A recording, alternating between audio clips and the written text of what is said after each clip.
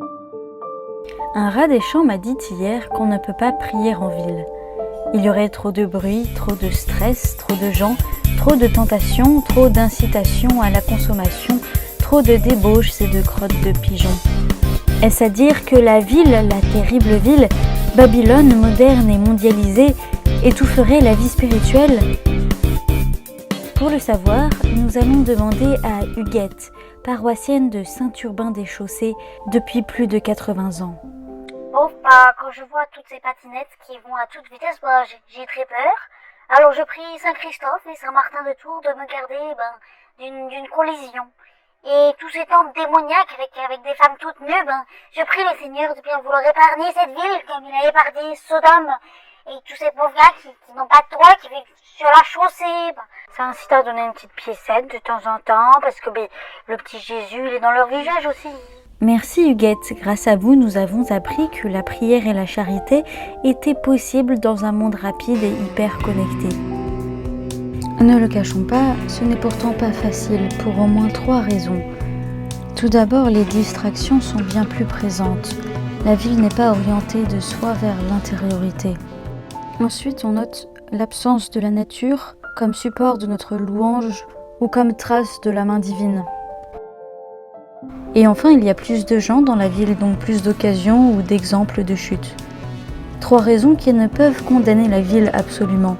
La vie spirituelle dans la ville doit donc se vivre contre ces conditions de vie, ou plutôt en les détournant. Mais comment ? Pour ce faire, nos équipes ont sélectionné 3 méthodes pour apprendre à prier dans la ville comme un poisson dans l'eau du Jourdain. Tout d'abord, en se faisant sa propre chambre intérieure. Il y a ce fameux passage du Christ où il nous dit qu'il vaut mieux prier quand on est dans sa chambre à l'abri des regards. Une chambre intérieure est essentielle à une vie de prière, encore plus essentielle si l'extérieur n'y est pas propice.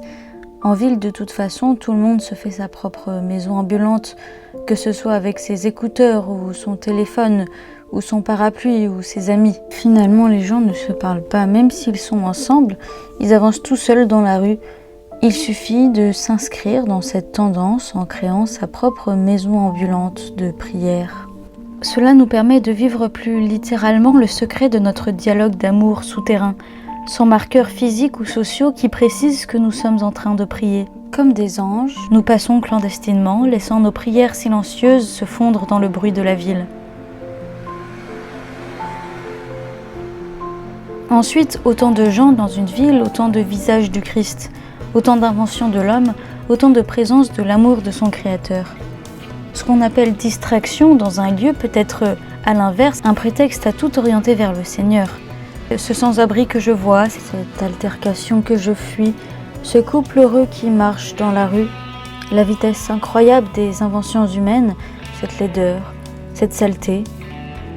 Et enfin, je discernerai une forme de prière qui se prête parfaitement à la ville, le chapelet. Ce n'est pas un hasard s'il a été inventé et développé dans une période de grande urbanisation.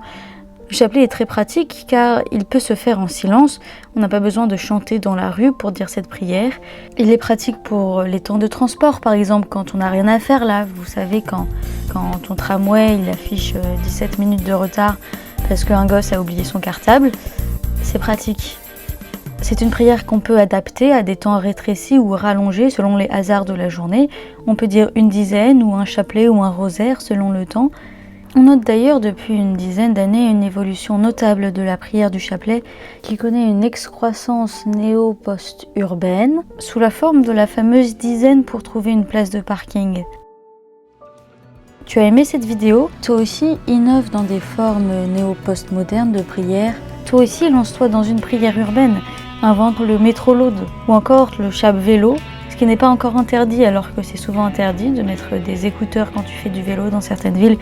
Ou encore le feu rouge, j'ai juste le feu rouge, j'ai juste je t'aime. Feu rouge, Jésus, je t'aime.